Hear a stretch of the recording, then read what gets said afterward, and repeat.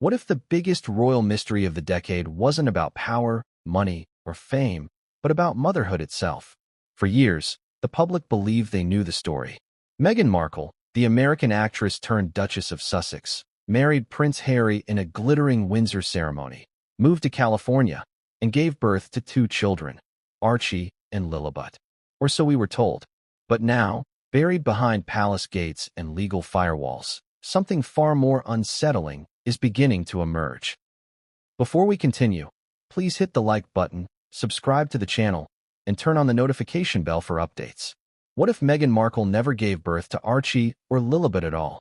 What if, beneath the polished PR campaigns, glowing Netflix documentaries, and carefully curated Instagram posts, there's a quiet but explosive truth the palace has spent years trying to ignore, until now? Because here's the real shocker. A new investigation has just been launched by Buckingham Palace. Quietly, discreetly, but undeniably real. Its target? The official birth records of Archie Harrison Mountbatten Windsor and Lilibet Diana. And what triggered this royal probe? A whispered confession from Meghan herself. I am not the mother. Now take a moment to let that settle in. Not I didn't raise them. Not I used a surrogate. But the haunting, final version, I am not the mother. And yet, the bombshell doesn't end there. That single sentence, reportedly captured in a sealed deposition during a confidential legal review, has sparked a full-blown crisis behind palace walls. Officials, aides, and family members are now scrambling to contain the fallout, not just for the monarchy, but for the line of royal succession itself.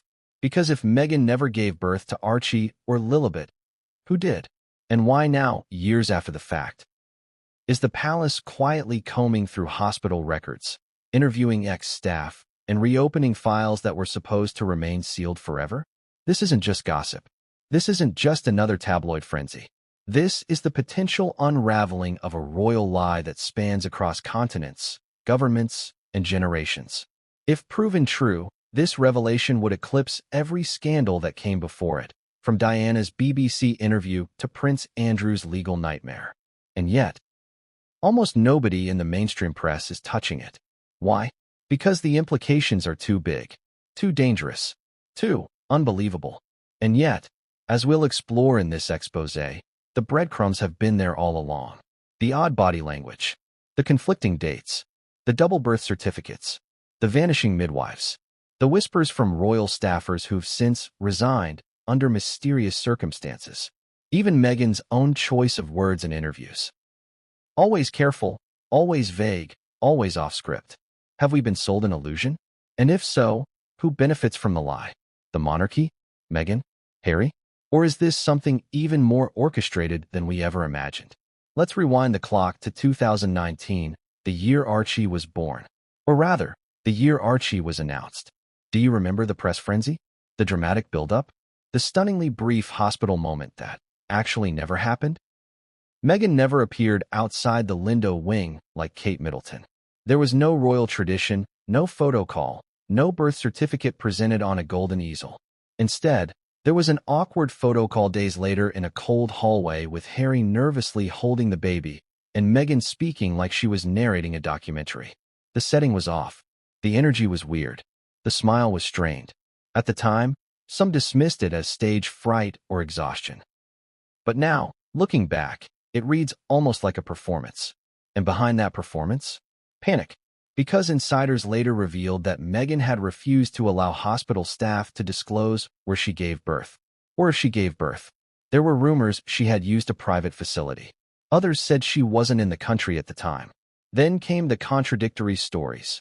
First London, then Portland Hospital, then secret home birth? Even the attending physician's name was redacted in the official copy of the certificate. Why would that happen unless there was something to hide? Fast forward to 2021, with Lilibet's birth. Once again, no public appearance, no hospital exit, no photo call. Just a vague statement. She was born in Santa Barbara. But again, no attending OBGYN was named. No hospital confirmed the birth. No medical staff came forward. In fact, several investigative journalists tried to verify the records and were met with legal threats. And now, thanks to a former palace aide who reportedly kept copies of Meghan's internal memos, we know there was a code name used behind the scenes, Operation Baby File. Why would a family obsessed with tradition, protocol, and documentation suddenly go silent when it came to something as fundamental as royal birth? Let's not forget, the birth of a royal heir is usually a matter of public record. It is certified, verified, and witnessed, not just for ceremony, but to protect the line of succession. The public must know that the heir to the throne is legitimately born, legally recognized, and documented. But in Meghan's case, the evidence is foggy at best, and the truth, it seems, is starting to leak. Because according to new insider leaks, compiled by an investigative reporter who's been tracking this case for over a year, there is now a growing belief inside Buckingham Palace that the children may not have been born to Meghan at all. The working theory? A secret surrogacy arrangement, one that bypassed royal protocol and, more shockingly, was never legally declared. But if that's the case, then legally, Meghan is not the mother.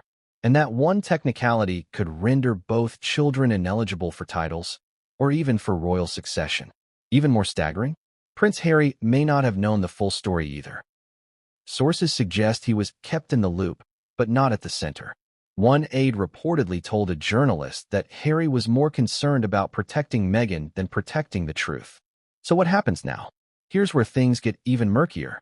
Because in late November, a palace committee, headed quietly by Princess Anne, convened to review all documentation related to Archie and Lilibet's births. No announcement, no press, no leaks until this week. A private memo was leaked to select journalists. It included phrases like source verification inconsistent, maternal discrepancies, and, most chilling of all, non-alignment with existing medical affidavits. And at the center of it all, a statement reportedly issued under seal by Meghan Markle herself as part of a legal protection clause tied to her Netflix deal. In it, she's quoted as saying, "I did what I had to do to protect my family. I am not the mother." Now, how do we even begin to process that? Was it metaphorical? Legalistic? A cry for help?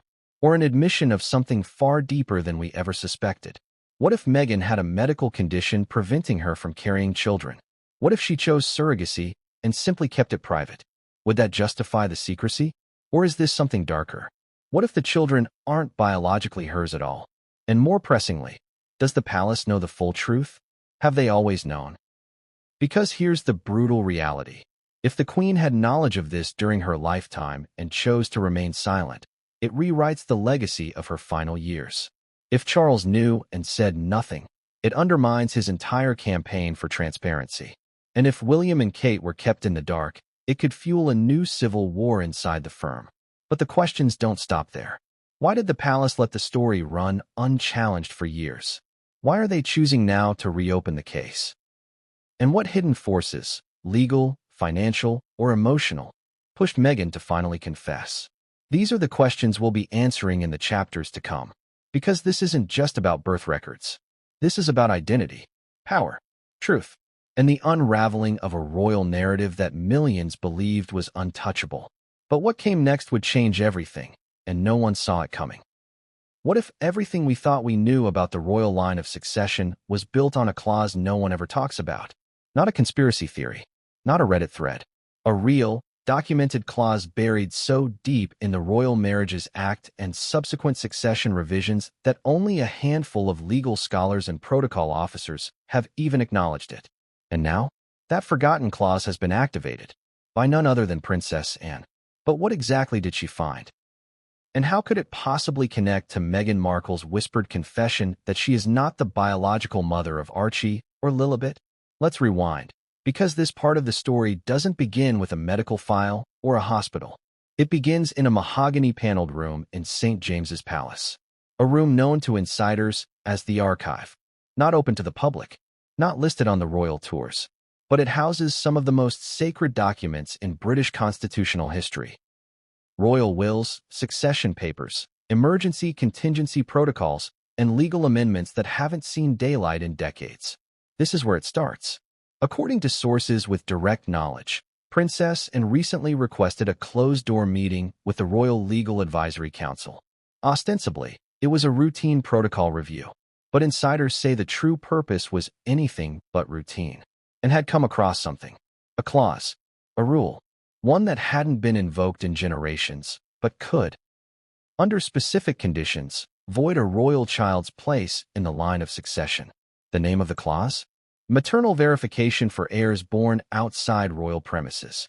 Sounds innocuous, bureaucratic even, but when you break it down, it's devastating.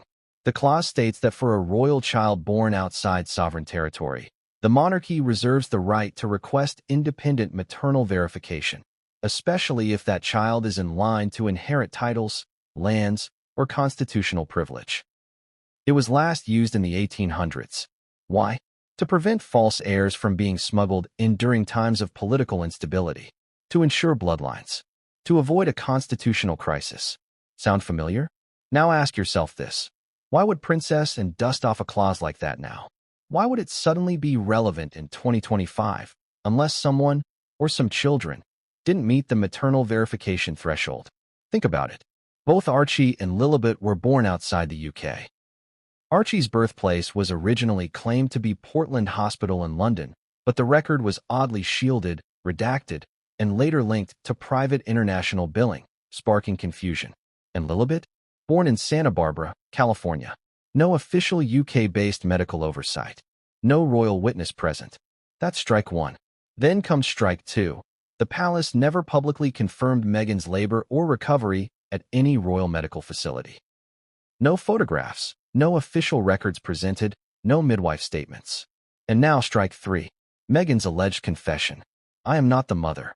Legally, that could be the nail in the coffin for Archie and Lilibet's place in the line of succession. Because this clause doesn't care about narratives. It cares about proof. But here's where it gets even messier. According to our sources, the clause had been flagged as early as 2019 by a royal legal assistant working under Princess Anne's office. At the time, it was dismissed as irrelevant. But that assistant kept digging, especially after the inconsistencies in the birth announcements began to pile up. And what did they find? A pattern of omission. No medical witness statement for Archie. A redacted certificate with a generic registrar signature. No named attending physician for Lilibet. And most disturbingly, a legal document from California listing Meghan Markle as the legal guardian, not biological mother. Yes, you heard that right. Legal guardian. Which begs the obvious question. Who's the mother? And even more chilling, if Meghan didn't give birth, did Harry know who did? Because this clause isn't just symbolic. If invoked, it can trigger a full royal audit of parentage, title eligibility, and, yes, even citizenship status for royal descendants born abroad. If Archie and Lilibet fail that audit, they could be stripped of their HRH status, their place in the succession order, and any claims to future royal privileges. So why has it taken this long to resurface? The answer lies in the internal chaos that gripped the monarchy following Queen Elizabeth II's passing. Charles's accession, Harry's memoir, the Netflix docuseries, the Spotify debacle, and now, Meghan's retreat from public life. The royals were overwhelmed, distracted, vulnerable. But Princess Anne, she was watching and waiting. And when Meghan allegedly submitted that sealed statement, I am not the mother, it triggered a chain reaction. Enacted. She convened a private meeting with two constitutional scholars, a barrister from Gray's Inn, and a former legal aide to Queen Elizabeth. She laid out the documents, the clause, the inconsistencies, and by the end of that meeting, the palace had only one option, launch an inquiry. But this wasn't just about legalese. This was personal, because Anne has long been viewed as the quiet enforcer of royal tradition. She doesn't give interviews. She doesn't leak. She acts. And according to a source close to her staff, she said something during that meeting that chilled everyone in the room. If the bloodline has been compromised, we correct it. Quietly, but permanently. Let that sink in. Because now, according to leaked communications, an internal review has begun. The team has been given 3 mandates. Verify all birth documentation, public and private. Identify and interview all attending medical professionals. Investigate legal discrepancies in the children's guardianship declarations. And while the palace is staying tight-lipped publicly, behind the scenes, this has become a high-stakes operation, codenamed Lineage Protocol. Think that sounds dramatic? Not when you consider what's at stake. If the clause is fully enforced, and Meghan is ruled not to be the biological mother, the children's royal status becomes void. It would mean Archie and Lilibet were never royal heirs to begin with, never legitimate title holders, never part of the succession narrative. And suddenly, all those subtle signs, the missing christening photos, the unfiled baptismal records, the absence of a royal coat of arms, start to make a lot more sense. But here's the emotional core no one wants to talk about. What does this mean for the children? They didn't choose this. They didn't write the rules. They were born, or at least introduced, into a global spotlight they never asked for. And now, their very identity is under scrutiny. Who protects them? Because if this investigation moves forward, and it appears it will, they'll grow up knowing the palace didn't just question their status, they questioned their existence. And that's not just a royal scandal. That's a human tragedy. But even tragedy can be used as a weapon. And there are whispers that Meghan's team may already be preparing a counteroffensive, one involving emotional narratives, legal blocks, and carefully timed interviews designed to spin the story as a witch hunt. Is it damage control or strategic delay? Because if there's one thing the palace has learned, it's that timing is everything. Delay too long, and the public loses interest. Act too soon, and you look vindictive. So, and is playing the long game. Quiet, surgical, ruthless. And the next move? It's already begun. Because as of this week, multiple inquiries have been sent to medical boards in both California and the UK requesting clarification on birth witnesses linked to Meghan and the children. Some of those records are sealed. Others are missing. But one file? It's just been found. A hospital logbook. And the name written in the mother field is not Meghan Markle. But what came next in that same logbook will send shockwaves through the monarchy itself. Have you ever heard something so shocking, so out of place, that your brain refused to process it at first? Now imagine that happening inside the control room of a billion-dollar streaming platform. Because that's exactly where the next chapter of this royal mystery unfolds. Not in a hospital, not in a court, but in a dimly lit post-production studio in Los Angeles, surrounded by coffee cups, red-eye editors, and the unfiltered footage of one of the most anticipated documentary series in recent memory. Harry and Meghan. It was supposed to be a love story, a defiant reclaiming of narrative, a polished, branded peek behind the curtain. But buried in the raw tapes, between the talking head interviews and B-roll of their Montecito garden, was a moment no one was meant to hear. A hot mic, a whisper, a slip, and a confession that would ignite a full-blown royal crisis.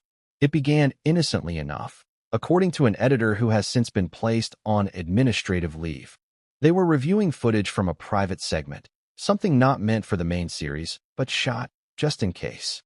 Meghan had insisted on journaling her thoughts in video diaries, sometimes alone, sometimes with Harry beside her.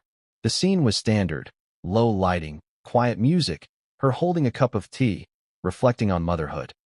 Until the moment she leaned toward Harry, thinking the crew had stepped away, and said, clear as day, I never thought this would haunt us. But I am not the mother. And you know that.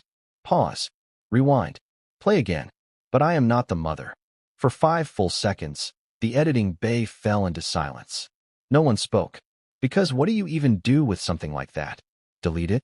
Flag it? Leak it? The editor, panicked and unsure, exported a private clip to an encrypted drive against Netflix protocol and brought it to his supervisor. The supervisor allegedly told him, we pretend it never existed. That's not our business. But someone else in the room didn't agree.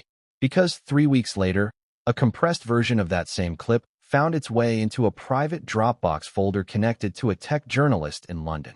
The folder had no label, no metadata, just one file titled confession.mp3. And the audio? Perfectly clean. No background noise. No distortion. Just Meghan's voice, raw and steady.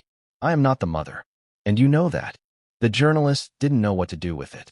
At first, they assumed it was a deep fake. But audio forensic specialists quickly determined it was genuine. The voice print matched Meghan's.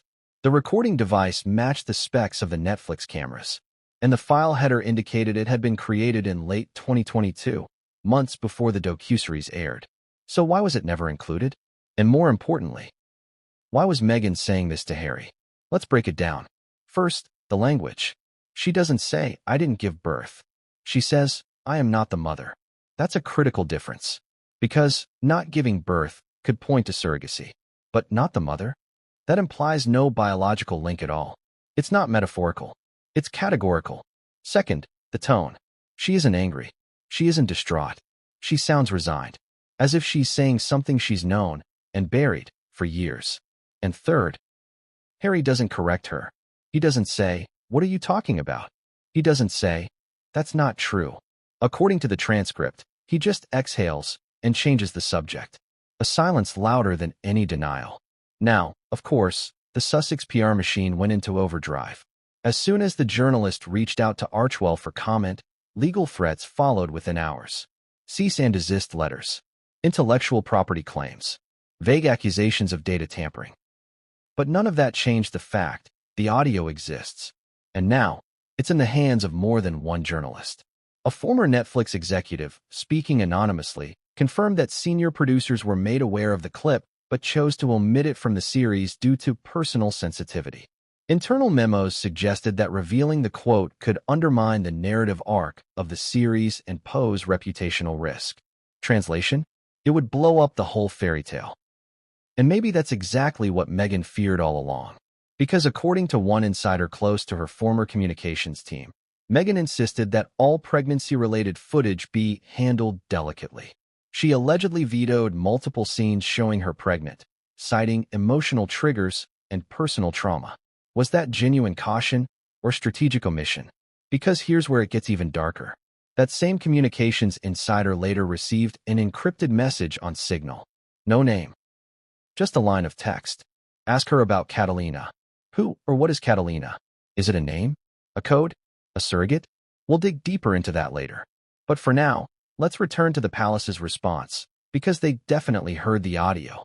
In fact, within 72 hours of the leak reaching London, an emergency legal review was called at Clarence House. Not Kensington, not Buckingham, Clarence House. Why? Because King Charles himself was informed. He reportedly listened to the file alone in his private study. And his reaction? A single sentence, according to someone present. Then the line is broken. Let's sit with that. Because what does it mean? If the maternal link to Meghan is severed, and if no legal surrogate was declared, then Archie and Lilibet's connection to the Windsor bloodline is in question. They could be royal in name only, which circles us right back to the clause princess and invoked. The one that demands maternal verification. And this audio recording? It's the match that lit the fuse. Insiders say the palace has now opened a classified review of all footage submitted to Netflix by the Sussexes. A subpoena is reportedly being considered in collaboration with British legal counsel. If confirmed, this would be the first time in modern royal history that a documentary series becomes Exhibit A in a royal investigation. But that's not all. Remember the editor who saved the clip? He's disappeared. Not in the literal sense. He hasn't gone missing. But he's no longer reachable. His email has been deactivated. His LinkedIn scrubbed. Colleagues say he was offered a buyout package and left town almost overnight. Why? Because he knew too much? Or because someone wanted him silenced? And still, the core question lingers in the air like smoke after an explosion. Why did Meghan say it? Was it a private moment of vulnerability? A tactical admission before legal battles? Or was it a slip? Something never meant to be recorded? Because now, millions of people have heard it. And whether the palace wants to admit it or not, that one whispered confession has shattered the illusion. The modern fairy tale has a crack running through it. A fracture that leads not just to the heart of Meghan and Harry's story, but to the very foundation of the royal lineage. And the next step? The palace won't say it publicly, but internally, they've activated something. Something ancient. Something ruthless. Because if the audio is real, and it is, they will stop at nothing to trace its origins. Not just for scandal control. Not just for headlines, but for legacy. And as one royal historian put it, the Windsors can survive scandal. They cannot survive illegitimacy. But what came next didn't come from the palace. It came from California, from a hospital log, and a handwritten name on a birth certificate that no one was supposed to see. Why would someone hide the name of a mother on a birth certificate? It's the one document that confirms it all. The beginning, the legal starting point of any person's life. Name, time, place, parents. But when it comes to Archie and Lilibet, Nothing about these birth records feels normal. In fact, everything feels like it was designed to mislead. Because what if I told you the names on those certificates don't match? Not between the siblings, not between versions, and, most importantly, not with Meghan Markle. Let's start with the official documents. When Archie Harrison Mountbatten Windsor was born in 2019, the palace released a short announcement that said he was delivered safely, and both mother and child were doing well. But there was no immediate birth certificate presented. No physician standing proudly outside a hospital. No grand easel with gold trim on the Buckingham Palace lawn. Weeks later, a document emerged. A copy of the birth certificate filed in London. But eagle-eyed royal watchers noticed something odd. Meghan's name was originally listed as Rachel Meghan Markle. Her profession? Princess of the United Kingdom. But then something even stranger happened. A second version appeared, updated a month later. In this one, Meghan's first names were completely removed. Only the phrase, Her Royal Highness the Duchess of Sussex, remained. Just title, no identity. Why? Why would Meghan remove her name from her own son's birth certificate? And more importantly, who instructed it? At the time, the Sussex camp blamed the palace. The palace blamed Meghan. A brief war of words played out in tabloids, but no real answers emerged. Until now. Because according to a leaked report from the Royal Archives, newly surfaced during the current investigation, this change wasn't just cosmetic. It was deliberate. The report, dated July 2019 and marked strictly confidential, included this key line. At subject's request, all maternal identifiers removed. Clarification of biological maternal status remains pending. Wait, clarification remains pending? Does that sound like a woman who just gave birth? Or does it sound like a legal gray area being swept under a royal rug? Now fast forward to 2021. Lillibet Diana is born in Santa Barbara, California. Or so we're told. No hospital confirms the birth. No staff members are named. The public is provided a vague statement and little else. Eventually, an American birth certificate surfaces through FOIA requests. It lists Mother, Rachel Meghan Markle. Father, Henry Charles Albert David Mountbatten Windsor. But once again, inconsistencies start to surface.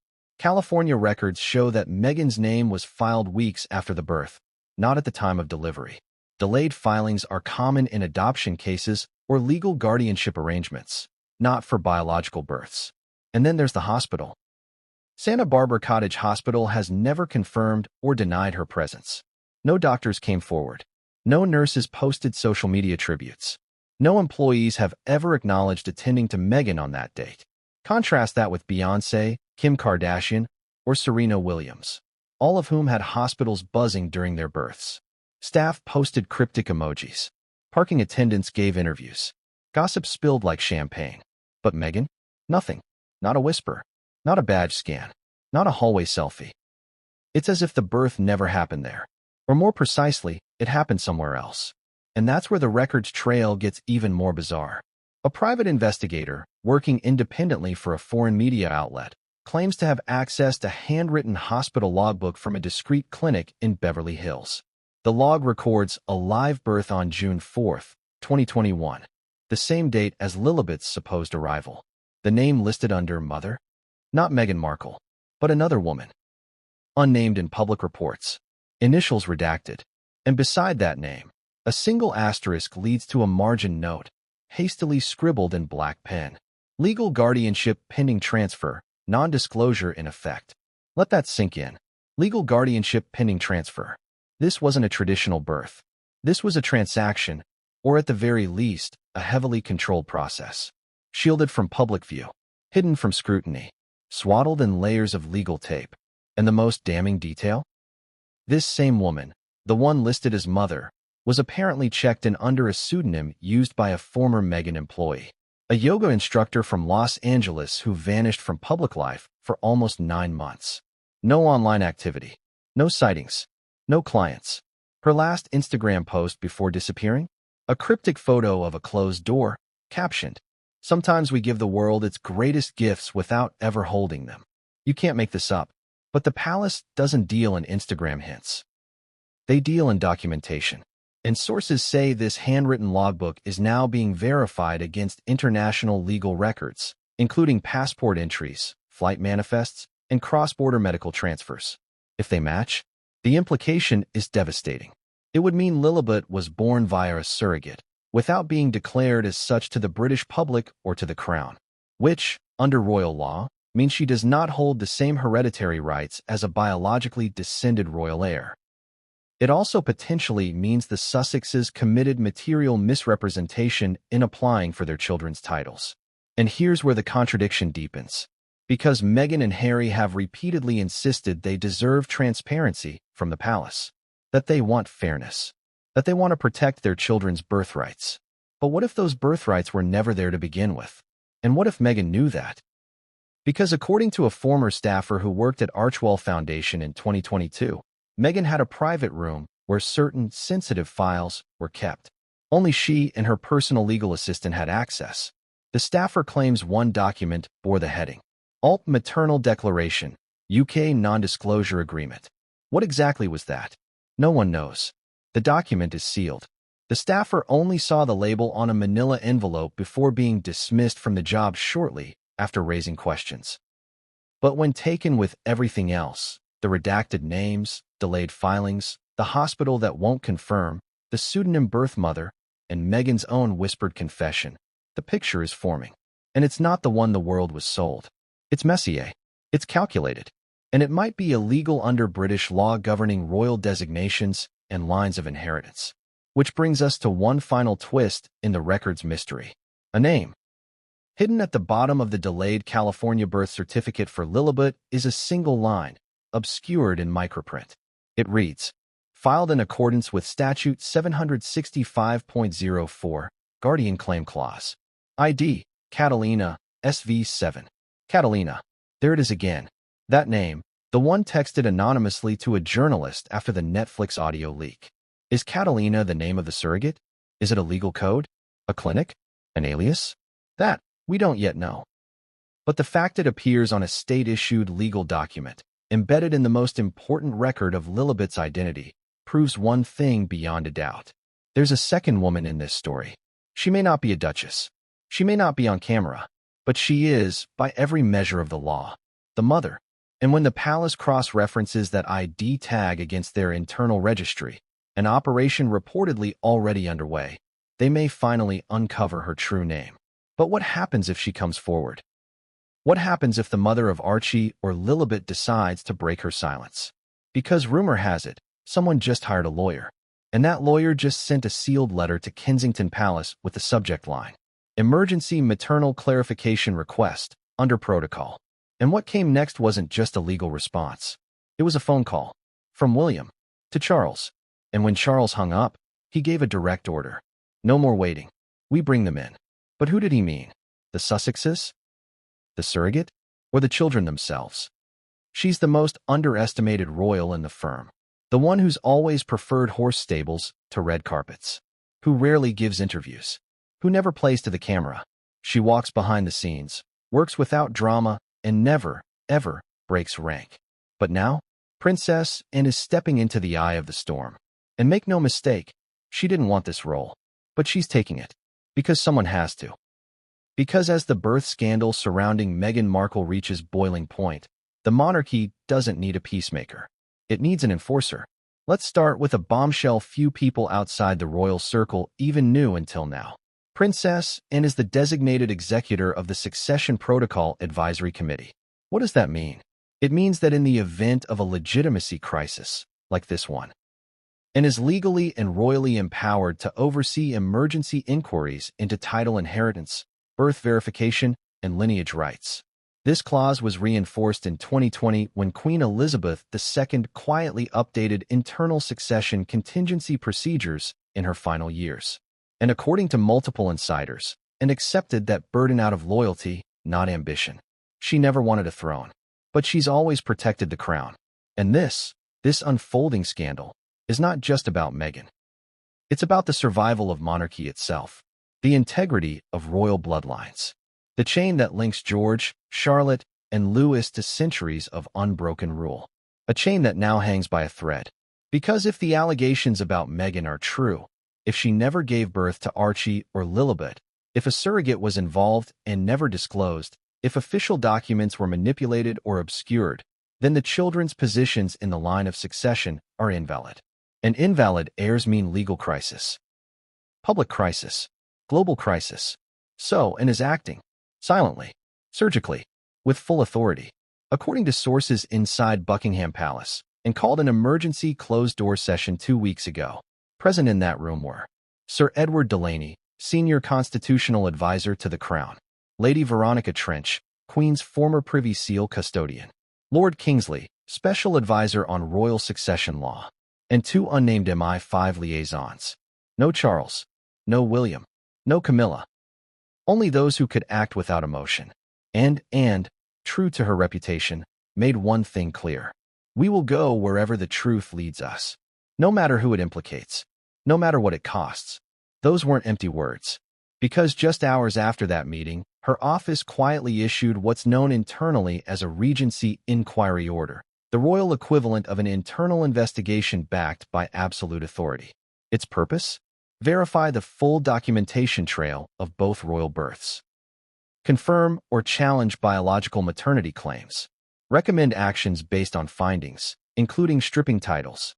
And isn't doing this for headlines. She's doing it because the Queen told her to. Yes, you read that correctly. In her final months, Queen Elizabeth II wrote a private memorandum to and stored under a locked clause of the royal will. In it, she outlined what to do if the line ever faces obfuscation, deceit, or fragmentation from within. The key phrase?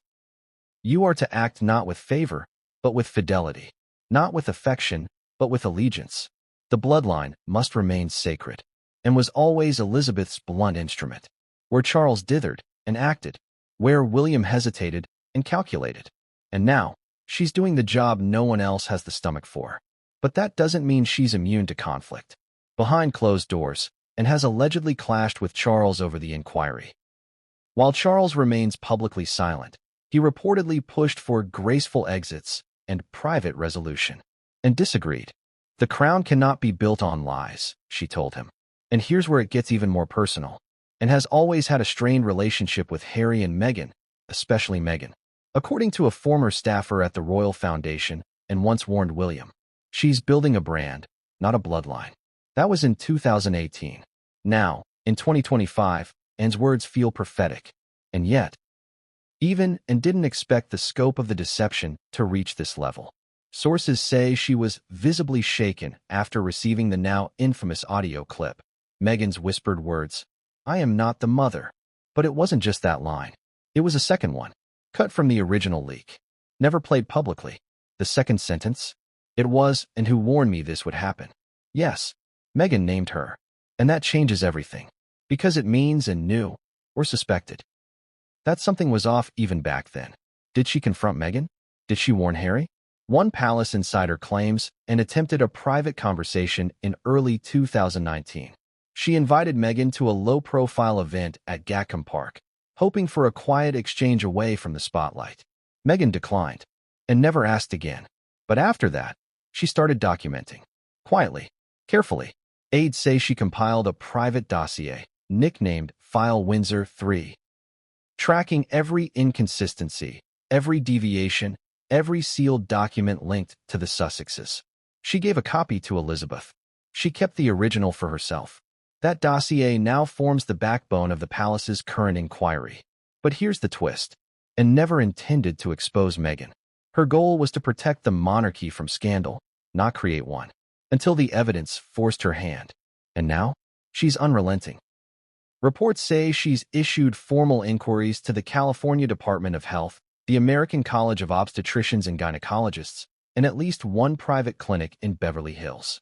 And just this week, her office confirmed receipt of a sealed affidavit from a medical provider who was contracted in proximity to a royal associated birth.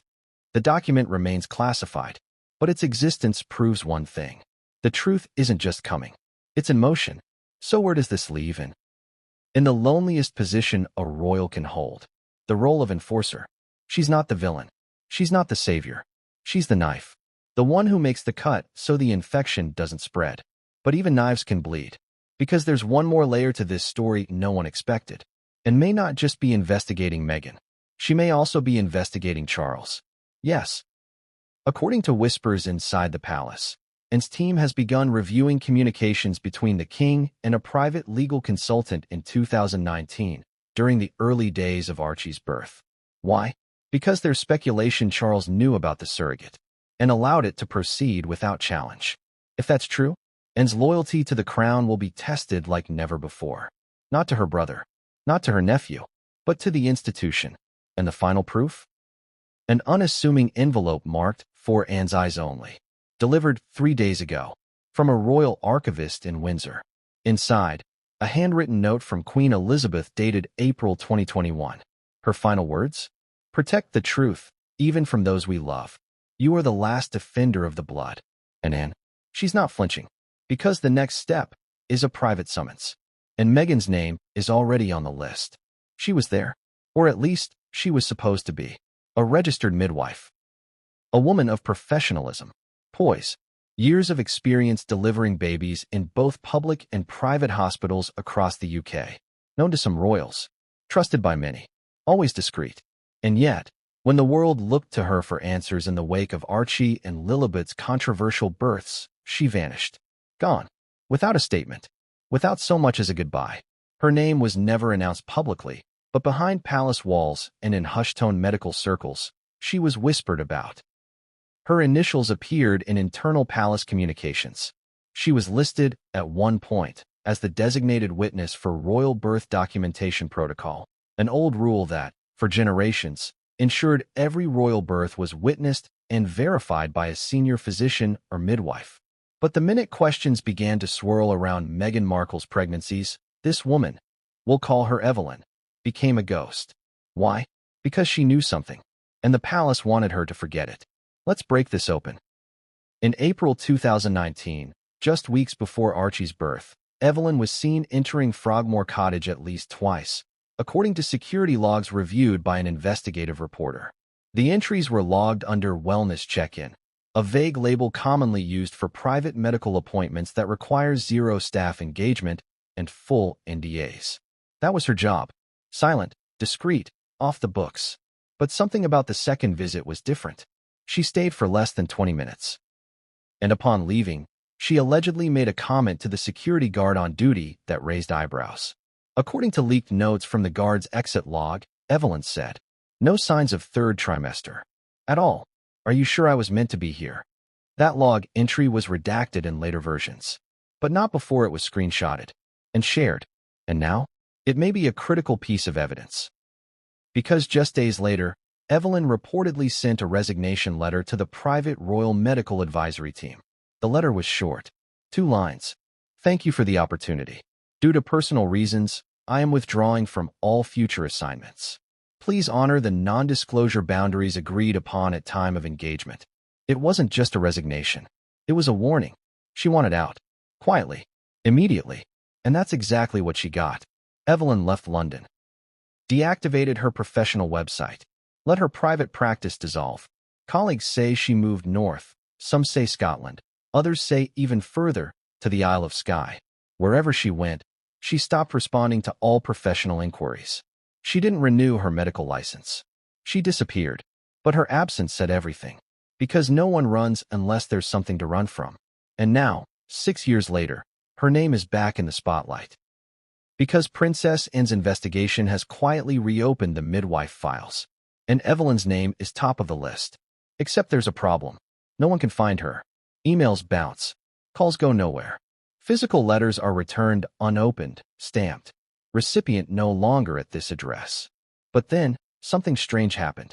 Last week, a woman posted a cryptic message on a private Facebook group for retired midwives in the UK. The account was unverified, but the language? It felt intentional. The post read, "Sometimes the hardest thing is watching the world pretend they know the truth, while you hold the real story in your hands and can't speak. I saw what I saw, and I won't forget." It was posted under the name Evie.G95.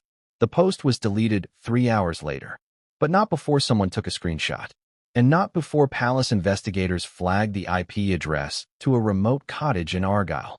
That same location? Registered to a shell trust linked to a former royal estate legal assistant. Coincidence? Or is the crown protecting its loose ends? Because here's where it gets truly chilling. According to a legal memo dated July 2019, uncovered in the same royal leak that exposed the secret succession clause, Evelyn was required to sign a Category 4 special non-disclosure agreement. Category 4 is the highest level of private gag order used in royal medical matters. It forbids not only the release of information, but also the acknowledgement of participation. In other words, she can't even say she was there. She can't say she wasn't. She can't say anything. The penalty? Immediate legal action. Civil forfeiture of retirement assets. Lifetime disbarment from all NHS-affiliated practice. Even jail time. This isn't about privacy. This is about secrecy. So what did Evelyn witness? Or rather, what didn't she witness? Because the rumor has always been that she showed up expecting to monitor a woman in the final stages of pregnancy and found nothing. No belly, no vital signs, no due date information, no scheduled delivery plan, just a locked room, a panicked aid, and a warning to forget what she saw. And here's the final, gut-wrenching twist. Sources suggest Evelyn may have been the whistleblower who first tipped off a journalist about discrepancies in Meghan's birth records. Not with a name. Not with a call, but with a note. An anonymous envelope arrived at the editorial desk of the London Sentinel in late 2021. Inside, a single ultrasound photo, completely blank. The fetal image area was blacked out. The mother's name line? Redacted. But the hospital code in the upper right corner matched the code used by an exclusive private clinic outside London. That clinic? Confirmed, Meghan was never registered there. So who was? No one knows. But written in tiny pen at the corner of the envelope were 5 haunting words. Ask the one who vanished. The editors didn't run the story at the time. Too risky. Too thin. But now the photo has resurfaced. It's been submitted to Anne's team. And they're trying, desperately, to locate the woman behind it. Because here's what we now understand. The entire palace birth narrative may have been propped up on the silence of one terrified woman. And if Evelyn breaks, everything crumbles. The birth certificates, the Netflix narrative, the royal titles, even the Sussexes' legal standing in the United States. Because if Evelyn testifies under oath and confirms that Meghan was never pregnant at Frogmore, that she was called in to validate something that wasn't real, then the world will know. The illusion wasn't just a matter of privacy. It was a lie. But here's the cliffhanger. We've just received word that a solicitor, representing an anonymous client, has requested a private meeting with Princess Anne's legal counsel. The location? A discreet office in Edinburgh. The date? Next Thursday. The topic? Unwitnessed birth and identity clarification. And the initials of the client? E.g., she may be back, and this time, she might be ready to speak. It started as a whisper, a Reddit thread, a blind item, a blurry paparazzi photo, a rumor dismissed by royal commentators as absurd, offensive, or beneath consideration. But what happens when whispers grow louder? When tabloid gossip starts overlapping with legal documents? When anonymous speculation lines up perfectly with a silent pattern of avoidance? That's when rumors morph into something more dangerous, inquiries. And that's where we are now. With a palace-backed investigation fully underway, revisiting one question that refuses to die. Did Meghan Markle use a surrogate to have her children? And more importantly, did she and Harry hide it? Let's rewind to the earliest rumblings. The day Meghan announced her first pregnancy in 2018. You remember it, don't you? The hand-on-belly gesture during the Australia tour. The glowing press statements. The sudden shift in media coverage. The headlines exploded, royal baby. But so did the questions. From the very beginning, observers noticed something strange about the timeline. Meghan and Harry had been married for only a few months, and the announcement came abruptly, with no lead-up or build-up. In fact, some aides said they themselves were informed the very morning the announcement went public. No preparation, no internal briefing, no ultrasound image, no doctor's report, just a headline. And that's when body language analysts, fashion bloggers, and suspicious royal watchers began to compare photos, video clips, and public appearances. By early 2019, Twitter and Tumblr were flooded with hashtags like #MoonBumpGate and #FakeBumpRoyalBaby. Outlandish. Maybe.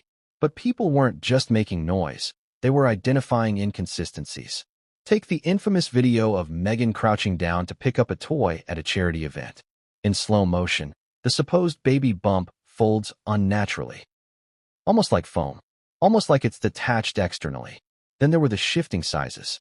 Meghan's stomach appeared to shrink in one appearance and double in another, sometimes in the same week. Compare the side profile of her walking into an event in January with her frame just 2 days later. Even the Daily Mail, usually quick to defend the royals, ran a photo essay with the cheeky title, "Is Meghan's bump playing tricks on us?" And yet, when confronted, Meghan offered no clarity. No interviews, no statements, no hospital or doctor confirmations. Why? Was it trauma? Privacy? Or was it because she wasn't pregnant? And then came the surrogacy theory, first whispered, then shouted. A small online publication published a claim from an anonymous California spa owner who said a woman in Meghan's inner circle had inquired about postpartum healing packages. The problem? She wasn't referring to Meghan. She mentioned someone named Elle, who had delivered a baby for a very famous couple and was undergoing emotional aftercare. That same woman disappeared from public view in March 2019, just before Archie's birth. Coincidence? Or was this Elle, the real mother? Of course, at the time, the palace refused to comment. And why would they? Even acknowledging the possibility would create a constitutional crisis. But behind the scenes, something else was happening. A private firm, hired quietly by the Crown Estate's legal team, began reviewing media monitoring data connected to Meghan's pregnancy, not to investigate the surrogacy rumor, but to assess liability exposure. Translation? They wanted to know, if this ever blew up, what could the palace be sued for? That review produced a now infamous internal memo known as Case Surrey 4, Alternate Maternity Paths. The contents of that memo? Still classified, but a journalist who claims to have seen an early draft says it included this line: discrepancies in body shape, medical documentation delays, and absence of direct witness reporting suggest risk exposure if maternity status is legally challenged in future. That was back in 2020. And now, in 2025, the scenario they feared is unfolding in real time. Because with Meghan's alleged confession, "I am not the mother," the whispers became a firestorm. So let's go deeper. Let's talk about what a surrogacy arrangement would have actually looked like for someone in Meghan's position. Legally, surrogacy in California is permitted, but it must be declared through a pre-birth order filed with the court. That order establishes legal parentage before the child is born. Meghan and Harry could have easily filed such an order if they had gone the transparent route. But guess what? There are no pre-birth orders on public record for either Archie or Lilibet. None. And that's not normal. Especially not for a high-profile, high-security couple. It means one of three things. The documents were sealed under extraordinary privacy motions, usually only granted in cases of abuse or danger. The surrogate arrangement was conducted overseas, outside U.S. jurisdiction. There was no official surrogate declaration at all. Now consider this. If they used a private, unregistered surrogate and passed off the birth as biological, they may have violated multiple UK and US laws, including fraudulent title inheritance and misrepresentation on government documents. Which is exactly why the legal inquiries have begun. On the British side, the royal household has tapped a team of constitutional lawyers to reassess the legitimacy of Archie and Lilibet's titles. According to one source close to the inquiry, the question isn't whether the children are loved, raised, or publicly accepted. It's whether their bloodline matches the royal standards required for inheritance and status. And if it doesn't, the titles may be revoked retroactively. On the American side, California's Department of Public Health is facing pressure from advocacy groups to release redacted records that may confirm or deny Meghan's presence at the hospital on both alleged birth dates. To be clear, no names have been confirmed, but whispers are swirling about a sealed deposition made in 2023 by a medical billing clerk who allegedly recognized Meghan from tabloid covers, but claimed she was not on the list of patients the day Lillibet was born. Her claim? That another woman, using a private VIP alias, was checked in and escorted by security believed to be Archewell staff. That alias? Catalina. There it is again. That name, Catalina, keeps reappearing like a ghost in every corner of this investigation. Catalina on the sealed California birth certificate. Catalina as a rumored alias for a woman in Meghan's former social circle. Catalina in the encrypted signal message that warned a journalist to look deeper. Is Catalina the surrogate? Is she real? Well, here's what we now know.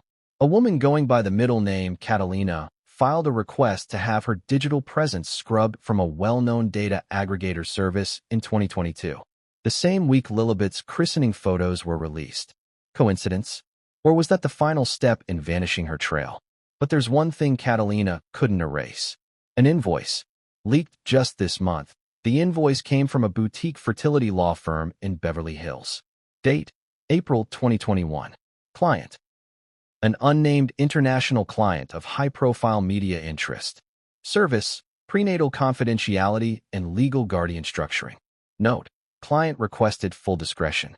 Child to be delivered via alternative pathway. That child, born June 4, 2021, same day as Lillibet. And one final line, handwritten at the bottom in red ink. Inform legal counsel if maternal declaration is challenged by third party. Refer to Sussexes NDA clause. There it is, clear as day. The legal machinery was already in place to defend a lie, if the lie was ever exposed. And now it is, because Meghan said the words herself. I am not the mother. And yet, to this day, she's never confirmed or denied the surrogacy theory publicly. Not once. Not in interviews. Not in Netflix. Not in print. Instead, she's leaned on silence.